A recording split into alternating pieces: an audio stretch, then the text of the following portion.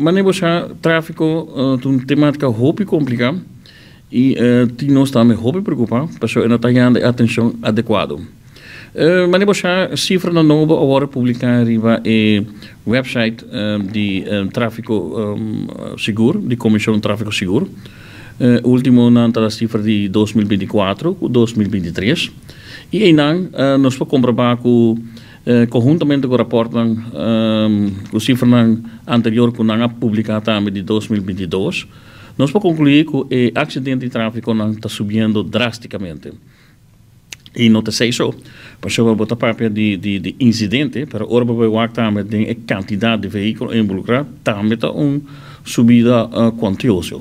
Por isso de 2023, segundo não, 2022 nós começamos com candidato de veículo involucrado de 3 mil e pico e ano passado nós terminar na 5.500 e pico.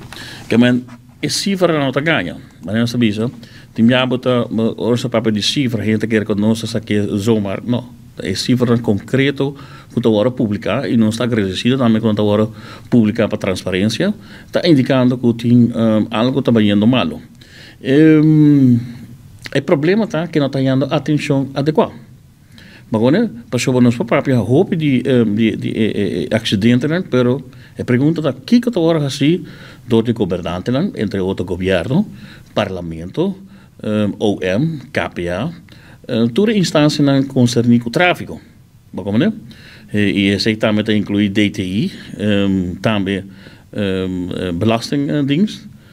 Se we por exemplo, cifra que o DTI meta publicar quanto auto, veículo tem na rua que não tem keurigheid, acaba um problema. Bewak, belastingdienst, quanto auto está correndo sem pago adequado de número. Nós temos quanto veículo está correndo sem seguro.